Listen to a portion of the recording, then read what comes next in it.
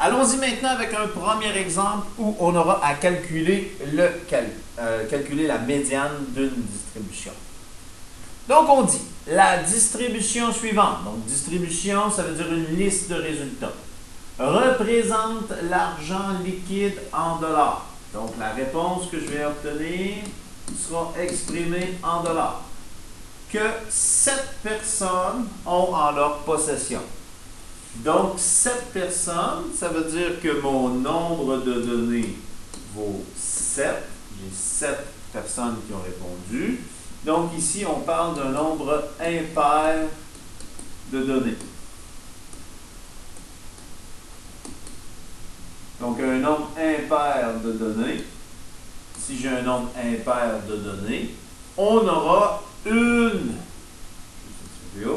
donc, un nombre impair de données, il faut retrouver la donnée qui est au centre de ma distribution. Donc, quelle est la médiane de cette distribution? Ici, mes données, 35, 25, 15, 73, 25, 35 et 30.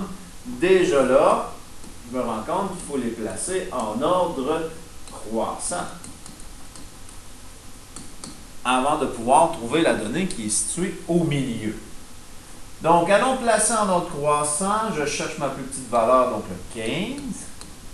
Ensuite, le 25, ici. Il y a un autre 25 ici. Un 30. Un 35. Un autre 35. Et un 373 $. Donc, j'ai placé ma distribution en ordre croissant.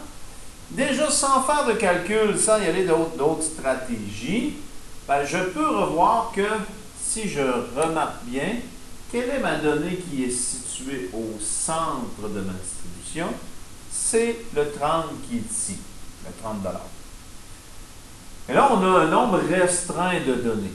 Donc, on ne voit pas nécessairement le gain à utiliser cette formule, mais je veux quand même vous l'illustrer, parce que si on avait plus de données, ça pourrait être plus facile que d'y aller justement à l'œil.